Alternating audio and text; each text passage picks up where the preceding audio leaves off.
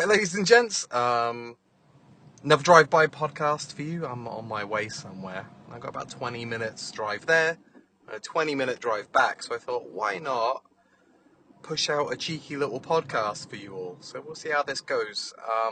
Quite like the last drive-by podcast I did. That's what I'm calling them, by the way, a drive-by podcast, where I sit in my car and chat about Spurs to you. So we're on the back of Spurs versus Brighton.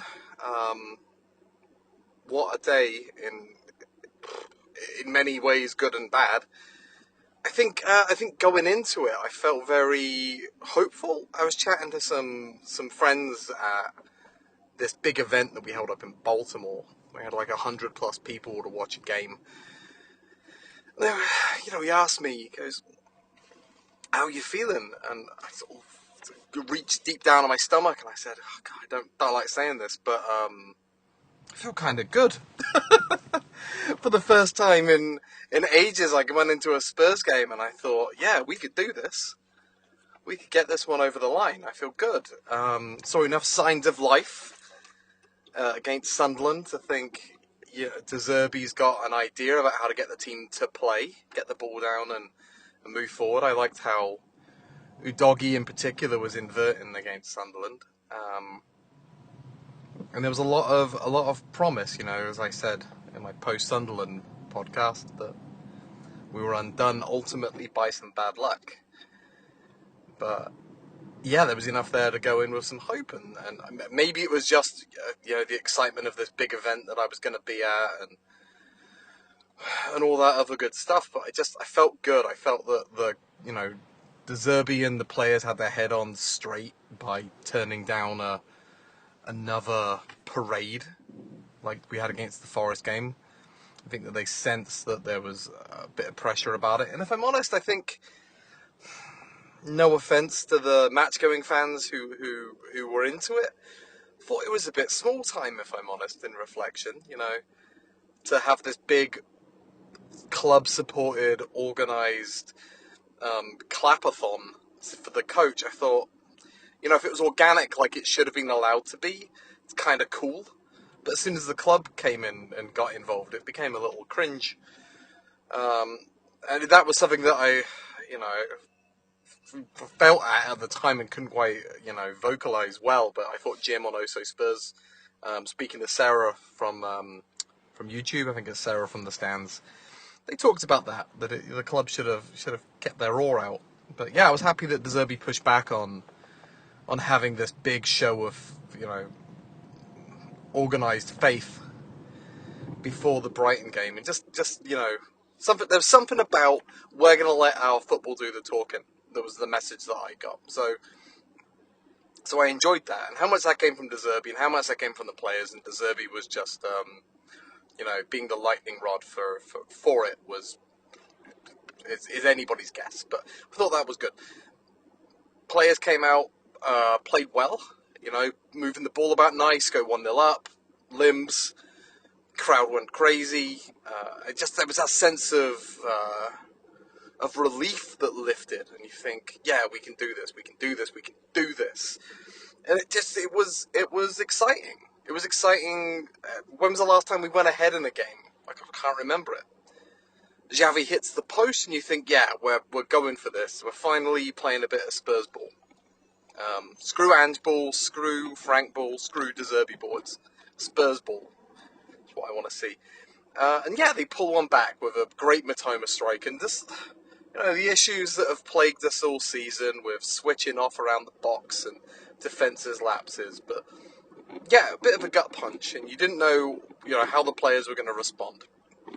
Especially with it being right before half-time. I know where I was. There was just this sort of lull, this fog that descended across the fans. But yeah, we came out for second half. I can't remember if we made any changes or not, but players come out, and again, they're looking alright. I thought, especially after Bissouma and Bentancur went off, who both had pretty good games, let's be honest. Good to see Bentancur back in the lineup, and Maddison for that matter. I haven't commented on that, but good for Maddison being back. How much of it was a cheerleader, I don't know. But yeah, I thought that we had a little bit of trouble controlling the game compared to the first half. Game became a little bit not chaotic, but we looked less organised. Brighton were getting at us a little bit more. And then Xavi curls in an absolute worldie. What a goal. And just, he goes to the crowd and just, it was like that. It was that moment that I think we needed. There was this explosion of, again, it was like relief for the first goal that, we could do something. We were playing here. But something about that second goal was like, okay, we're not just going to roll over here. We're not just going to roll over and have our bellies, punched. I was going to say tickled, but that would be something enjoyable. But we're not going to be active players in our own destiny. And that's that really was cemented for me in that second goal. I'm not gonna be a celebration police about it. If we had won that game, everyone would be talking about that moment with Xavi ripping off his shirt and standing in the crowd, being like, a defining moment at the end of the season. But we drew, so everyone, there's a lot of criticism and comparisons to Richarlison ripping his shirt off, or Paulinho ripping his shirt off against Wolves when he scored a goal. He's a young man who's had a bad season. In a different country to where he grew up playing and born, etc. And he's come back into the team after being sidelined for a bit, and he shows what he can do. And he had a good game, a really good game. So yeah, let him be him, even if it was get back into the game at 2-0 down or something. Like, just let him have some fun. Isn't that what it's supposed to be about? Having some fun, like. I think Saturday was like the first time in a long time that I felt like I enjoyed a football match from Spurs. Like, Atletico at home was good, but I didn't get to watch that game. God, sorry. Hitting some roadworks and some unpaved road. But yeah, I didn't get to watch that game, so that was the first Spurs game in a while that I've been able to really sink my teeth into and sit back and enjoy, and it felt really good. The gut punch of a second goal for Brighton in bullshit time is unfortunate, but they're really good team who showed their quality today against against Chelsea. Beat them 3-0. God, I know Chelsea are crap until they play us, of course. But Brighton are the form team in the Premier League. We managed to carve out a point against them. I'm not. After everything else that's happened, I'll take a point. We could have had one more if not for Xavi's leg, cramping into oblivion or bad luck or whatever. But there was something about it that just it stuck with me for a few days. The feeling of excitement for the Wolves game, the hope that we could fucking do something. It feels good. It feels really good. Even with us being in 18th, even with it only being a point, we got to see two, well-worked goals. We got to see an improved performance overall. I thought Kinski looked really good, just solid. Happy for him. I'd keep him in, if I'm honest. We don't know what Vic's injury status is. We don't know if he's 100%.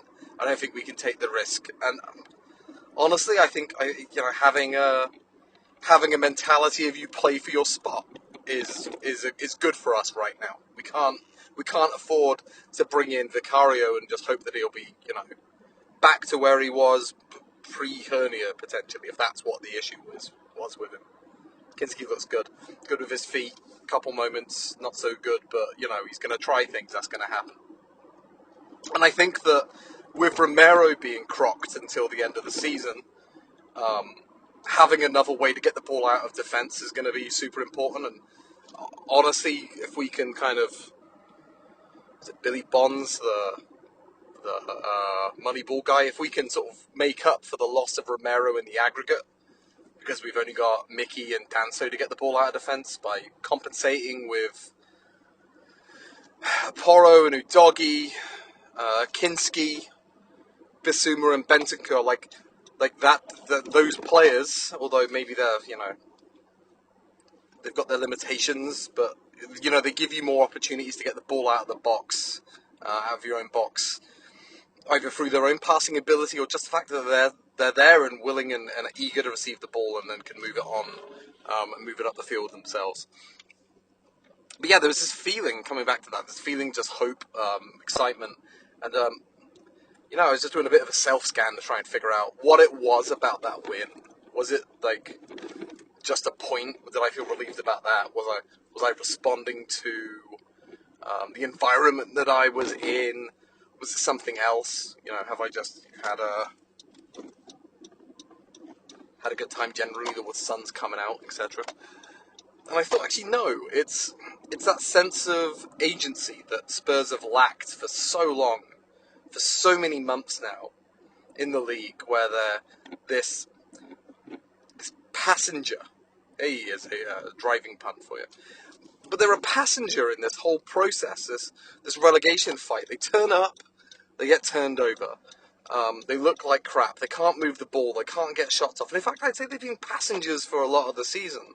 We've been, we've been main characters of our own stories, but just not able to impart ourselves on others. We've been cannon fodder for other teams to pick up points and go on their own journeys, whereas our journey has been completely downhill with the brakes off and our hands off the wheel. It feels now like, even with the bad luck that we suffered with Kudus, being out for the rest of the season, even with Romero out, even with some of the bad blood around De Zerbi coming in, it just feels like there's finally, to continue that analogy from a moment ago, Spurs are waking up and putting their hands on the wheel and trying to, pump the brake pedal. They're trying to at least control the downhill slide. And I think that's just important for my own sense of completion for this season. Like, if we go down, I've said for a long time, if we go down, I want us to go down fighting. I don't want a performance where we're meek, we're timid, we look scared of the ball, scared of the fans, scared of each other. I don't want that. Nobody does, but as a diehard, to dare is to do believer, I want to go down swinging. I want to go down with a poke in the eye of people in the Premier League. So 2 good goals to show that we had some quality, and whatever happened was a combination of mismanagement and misfortune. Feels a lot better than we just suck. And a lot of fans and teams are going to see us that way. Spurs are just crap. And yeah, of course, you don't get into 18th in the Premier League without being a little bit crap.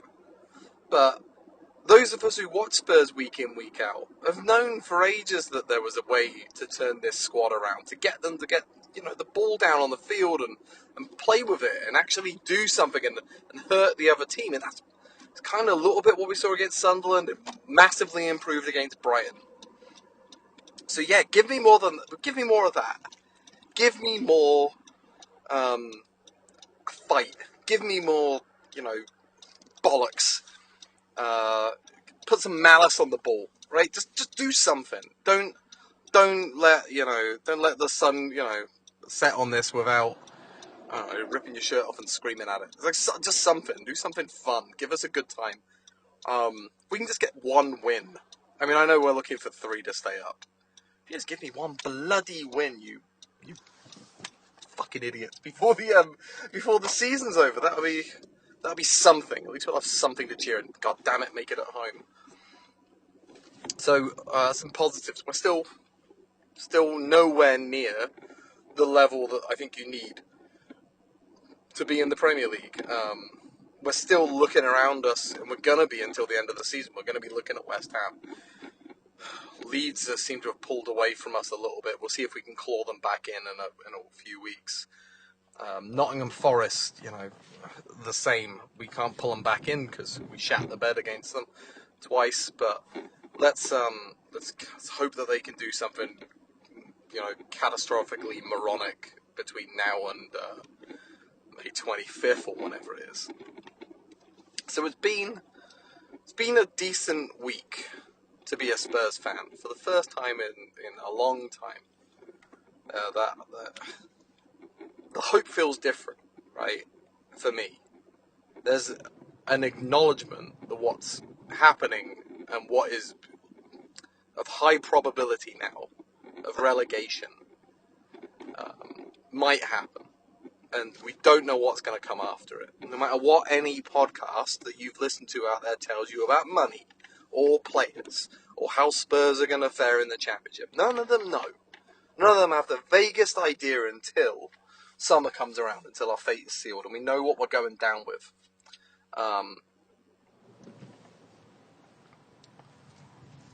But there's just this sense of we might and are likely to go down, but we're not just letting it happen.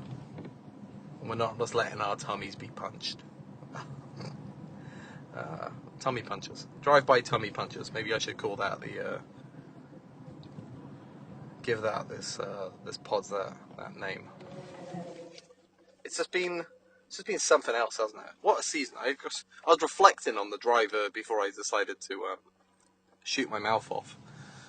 Was just what a weird season. I know that you could, relegation obviously makes it weird, but just we came out with a Europa League win. We changed so much. We lost, Ange. We lost Daniel Levy. We lost Son. The injuries continued, and now we're sort of getting into nearly a year on from that glorious day in Bilbao. And it's been relentless. It's been a relentlessly odd year. I think the fans are showing it. I think anybody who pays attention to Spurs will recognise that the fans are just in a weird place. Can I get in here without scraping my car up something? Yeah, like a glove. I'm going to sit here because I'm a little bit early. I'm going to sit here for 5 minutes and natter to you lot a little bit more. It's just, every fan base deserves something. I feel like this year, I don't know if I can put Spurs fans in there, just with how fucking weird it's been. I mean, I deserve it, and you, my dear listener, deserve it. I don't want to blame fans. That's not really where I'm going with this. I'm going to keep this in. I want to say that we deserve to stay up. We deserve something good. The team doesn't. The majority of the fans do. And I think the reason why I'm sort of pumping the brakes on whether or not I commit to that statement is what happened with Kevin Danso over the weekend with the racist abuse he received, and a lot of the sort of weird negativity that's been hurled at some of our players this year, and complaining and griping. But I guess that's pretty common of all teams. I want us to stay up. I want something really profound to happen before the end of the year. 5 wins would be ecstasy, basically. And I think that'll happen. I think maybe 2 and a draw or 2 we might get, if we're lucky. My ideal situation is Arsenal bottle the league, they bottle the Champions League, and we stay up. Because that will mean that at the last minute, the end of their season, everything that they wanted was snatched away. Snatched out of their grubby, filthy little hands. That would be the dream at this point. I think in the second half of this pod, if I do decide to record, I'm going to cover a couple of questions that I put out on Bluesky, including what would you trade for Spurs to stay up. So I'll sort of dig into some of the questions, some of the answers to that question from what I can remember. But yeah, thanks again. Another drive-by pod in part 1.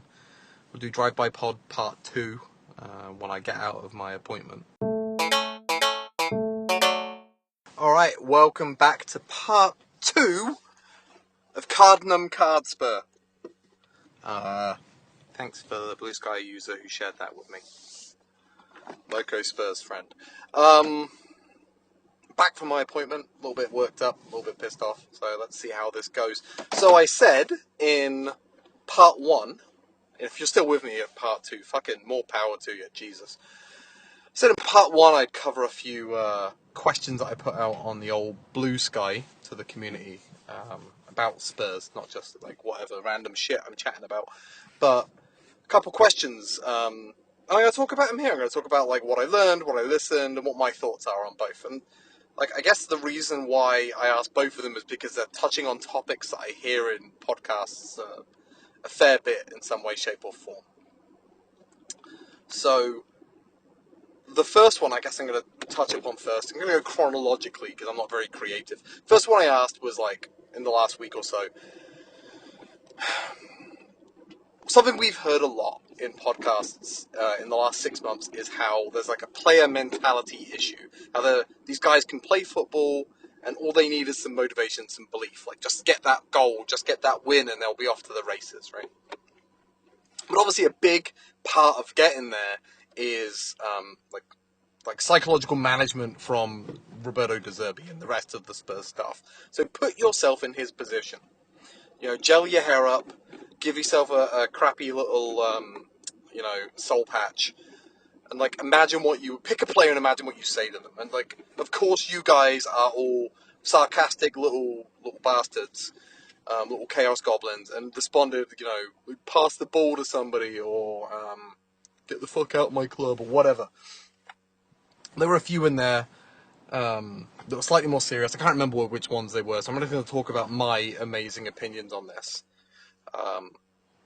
There's a player in there like, Archie Gray, get behind him, give him some confidence, try to unleash Gallagher. But, like, the person that I think I would most like to talk to about this and have... Is this recording? Yeah. Sorry, my heads-up display on my car is, like, wigging out, and I don't know why. The player that I would most like to speak to isn't one who can even kick a ball for us. It would be Christian Romero. Injured. Can't actually, get on and affect the players on the field. But there's a reason why he was chosen as club captain. Reason why he was given that armband. And I know that Dustin George Miller...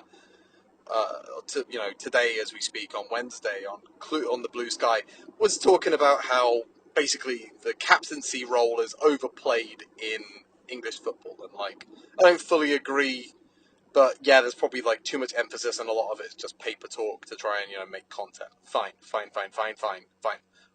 Meet you halfway on that. But there's a reason why Romero was picked for that role, and it wasn't just like he's the best player on the team. It's because like he has leadership qualities that numerous managers have seen in him. He must be respected by the squad. He must be liked by the squad. There are several Spanish speakers as well around the camp, and Italian speakers too. Like, he's influential. And although he's injured now, and yes, he went off the field crying, and people have, podcasters have put the boot in on him and said that it's because he couldn't play for Argentina in the World Cup, and like, maybe show some empathy and understand, like, that is important.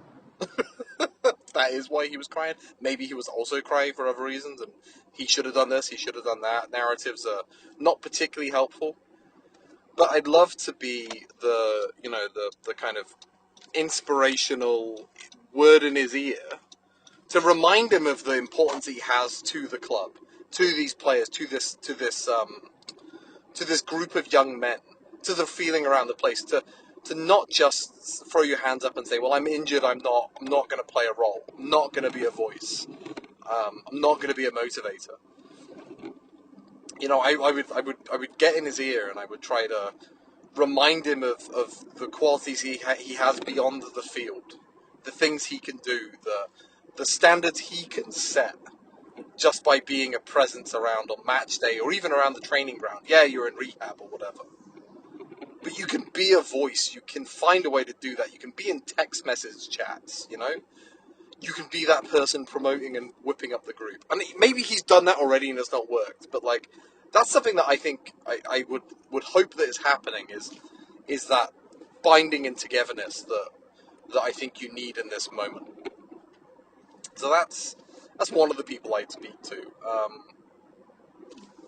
And yeah, I think beyond that, must have already worked. De Zerbi must have already worked on Xavi because he's still got that resting sad boy face. He's still got a face like a slapped ass. But he's playing so much better, and I think that now you've got that catalyst, you've got that spark with Xavi. You just need to cultivate it and throw a little bit of fire, a little bit of fuel onto that fire. You are, a talent. You can be the saviour of this club. You can put your name into this club's history. The same way we talk about Jurgen Klinsmann, right? You could do that. That moment you had in the crowd on Saturday against Brighton, you could have that again and again, There's a reason you wanted to join this football club, and it wasn't just £200,000 a week. It wasn't just Champions League football, because you could have got that elsewhere. There's a reason why you chose Tottenham Hotspur. Something you thought about this that would fit for you. You've seen the change we've made, right? So those are the two.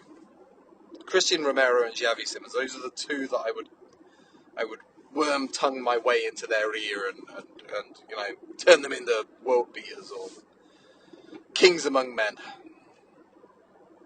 Second question was, what would you trade for Spurs to stay up? Last year, there were jokes abound that people would, trade relegation or finish 17th and win the Europa League, and then same thing this year with us in the Champions League. Would you be relegated and then in return get a Champions League win? So let's assume that the gods listened and actually gave that to somebody. Okay, you can have your European trophy, but you're going to get relegated next season. What if you got a do-over? All right, lads. All right, lads and ladettes. You're going down, unless you give us something. What are you going to give the gods to stay up at this point? You can't give up something you've already got, already received. Somebody said the 1999, 99, 98, whichever one it was, League Cup win. Because it was a bad game. You can't give that up, it's already happened. You've got to give up something that exists in the now. So it can't be your Premier League status, because that's what you're bargaining for. It can't be the Europa League, because you already received that. What would it be, something that's happening or is about to happen that you'd be willing to give up? And a couple people, more than a couple, responded that they'd give up Langer and Venkatesham, which I would love if that would be something that somebody would accept as a bargain. But let's be honest, it's not the strongest position, is it? Would you give up a player like Romero to stay up? A player like Simmons, Archie Gray? Would you give that up for, Premier League status next year? And I think, honestly, any player, I'd give up any player to stay up. Because players can be replaced. We haven't done a good job of it, but players can always be replaced. How many you give up is, up to you and who they are. Would you give up Graham Berraval to stay up? Maybe. I think I probably would, because, again, you could pick up more talented players. You got the opportunity of a do-over. And this is give up and not receive any money for, by the way, because otherwise it's just selling a player. Would you, trade not finishing in Europe for 5 years, 10 years? How important is finishing in the Premier League to you? And is it finishing in the Premier League? Or is it the embarrassment of being in the Championship that really matters to you? Which is more important? Is it better to be in the Championship for one season, say, or to be lower mid-table for the next 5 years? Money-wise, lower mid-table. But for your personal enjoyment as a fan over the next 5 years, which is better? Ask yourself that question. For me, I think I'd rather spend a year in the Championship on the assumption that we can get out of it. Not guaranteed, but, got to be hopeful here. Than have to, lose more than half the games every year just because then I can finish 15th. Once, maybe go on a slight cup run. It's not exactly, it doesn't sound exactly to dare as to do, does it? The game is about finishing 15th every season. Would you give up not finishing Europe for the next 5-10 years? Maybe. If it meant we'd finish in lower top half of the table, 8th, 9th, I think maybe. Spurs have done that before, when we got back into Europe in the late 2000s. That was the first time we'd been there in a while. So maybe. But that's still a bit of a fall from grace, isn't it? For a European Cup winner. With all our riches and the spaceship that we play games in every week. Would you, and sorry, this is a bit of a list of questions, but, I am driving, so cut me some slack. Would you accept Arsenal winning the league? Probably. I think that would be a pretty safe one for me. Lived through it before, and anybody who hasn't lived through it before, it's annoying. But the Arsenal fans already are annoying. Even if they don't win the league at the moment, they're so much better than us. They've got the bragging rights. If they win the league playing the worst brand of football, then let them have it.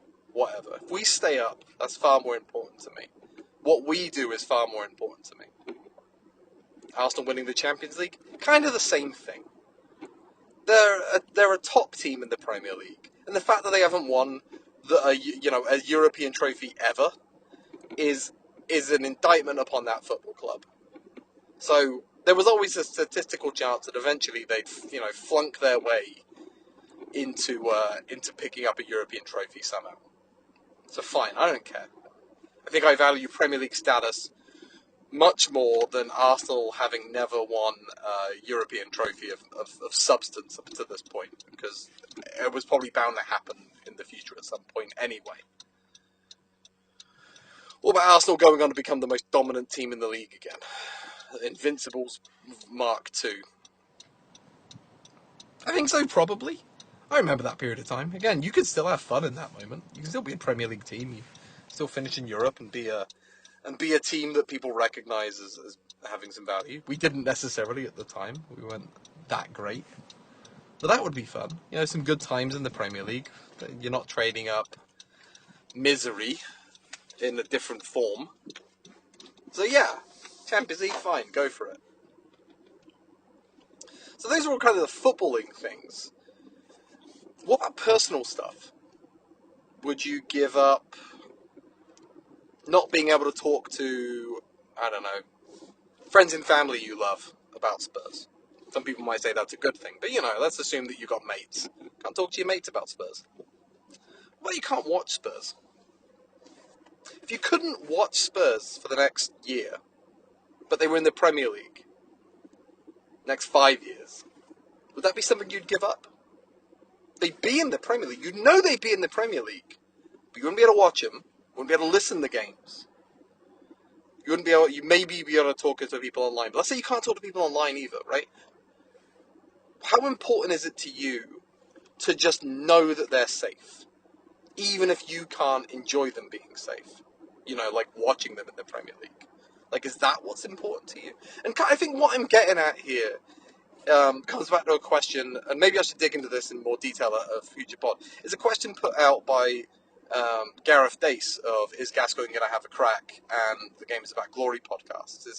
Is like, what is it about Spurs' relegation that's most important to you? Like, what is it that gets under your skin the most? And I'm trying to just dig into that a little bit here with some of these sort of thought experiments.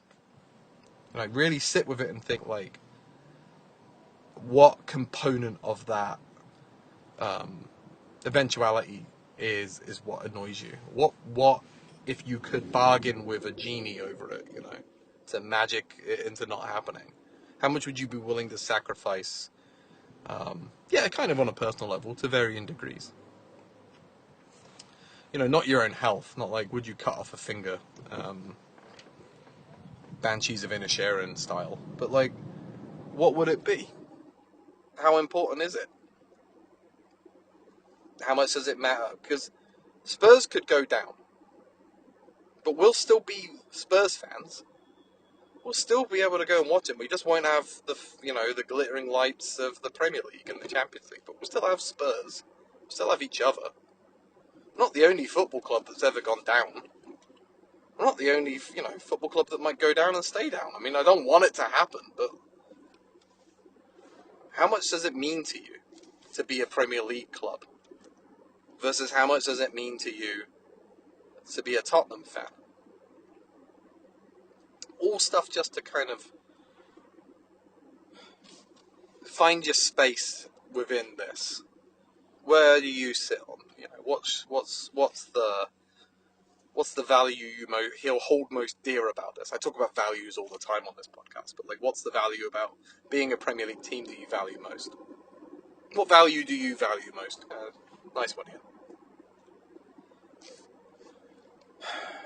Yeah, so those questions. I like those types of questions because you might say, well, they're just silly little things, right? It's just social media chatter, social media bollocks. But there's something within it that if you use the opportunity to do some self-reflection, can be enlightening in a way. I really should put my personal take on it is I will be a Spurs fan no matter what. It'll be a lot harder to be a Spurs fan if we were in League One than it would be if they were in the Premier League. It'll be a lot more embarrassing to keep going down like that. Like Leicester have just been relegated, and a lot of podcasters have been drawing parallels between Spurs and Leicester. Can't speak to that, but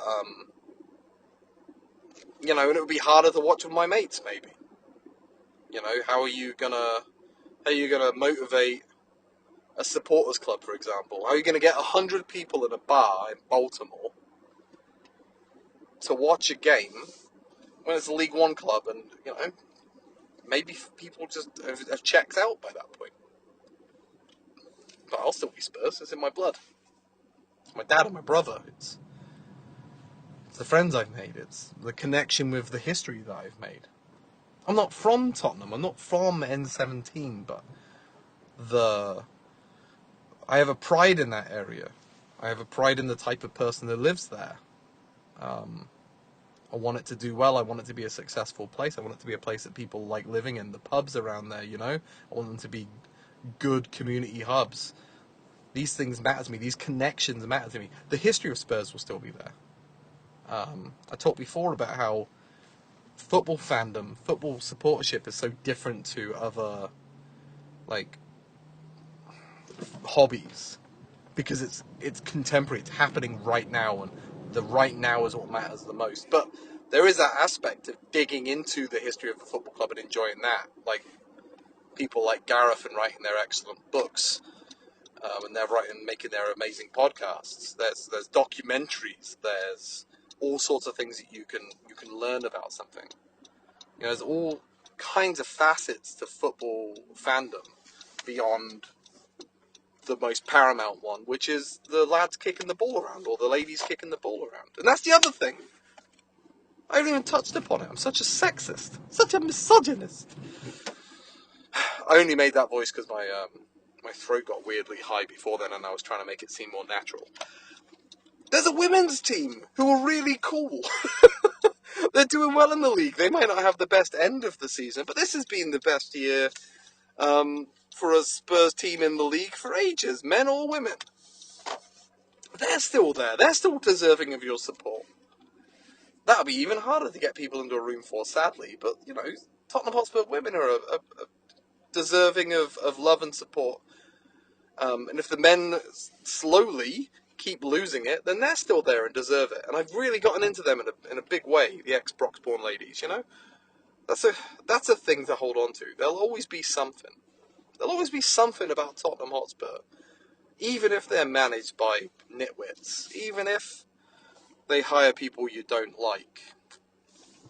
There'll still be something about it you like. It could be a player. It could be a piece of social media content they put out. It could be a shirt that you really like. A matchday shirt. I don't know. you might get really into chirpy. You might be just like a real chirpy fanatic, you know? Hunting down all the old chirpies online and stuff. I don't know what kind of sicko you are. I know you are, because you're listening to me after about 40 minutes of nattering in my car. The bloke who talks about podcasts. I know you are. I know I am.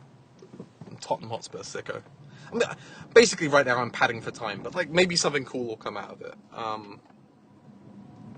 You guys have been great. Thanks for sticking with me through this.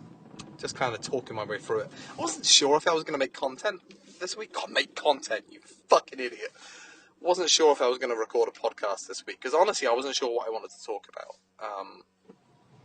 I'm currently writing an article for the White Hart Review about the Supporters Club meetup, so I'm kind of processing that, but I didn't want to go out and say anything in case it got in the way of the writing process. So I wasn't sure if I really wanted to cover that event on here. Maybe I should get on one of the other podcasters who was there to talk about it. But yeah, and like my reaction to the game was just like, yeah, this is really cool, and yeah, like I'm hearing a lot of people expressing joy about having drawn a game and seeing the goals they scored and having rekindled hope. But you know, I didn't think there was much meat on that bone by itself. So every now and then, just getting behind the wheel in Poddingham, Cardsburg, getting behind the wheel and just talking it through feels good. A stream of consciousness. Getting better at these, I think. Sorry, that's my turn signal, my indicator. It's been good. It's been good. All right, well, thanks, people. If you like this, you know, drop me a share. Share it with your friends, your mum, your granny, your therapist. Give me a Spotify comment. Had some before criticising me for the Roberto De Zerbi episode. I had a friend from a fellow podcaster who said he didn't agree with me about it, but that's good. I like people not agreeing with me if they're polite about it. Sorry, getting my mail. There you go. And just do what you can, right? Keep on keeping on, keep on believing. Spurs will be alright, whether they stay up or don't. You gotta know that deep down. Spurs will be alright. Follow me on social media if you already don't, at podmobile.bsky.social, at iain.coys.social. Keep on making Spurs podcasts, keep on listening to them, I'll listen to them, we'll talk about them. Bye!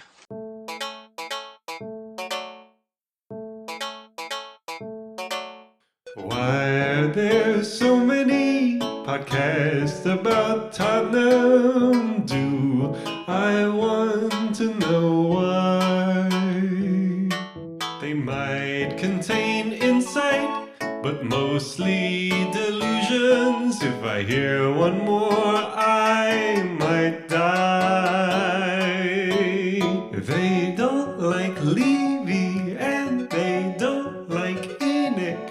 They pine for Moo and Conte. Someday we'll like 'em, old Tottenham Hotspur, the podcast clout chasers and me.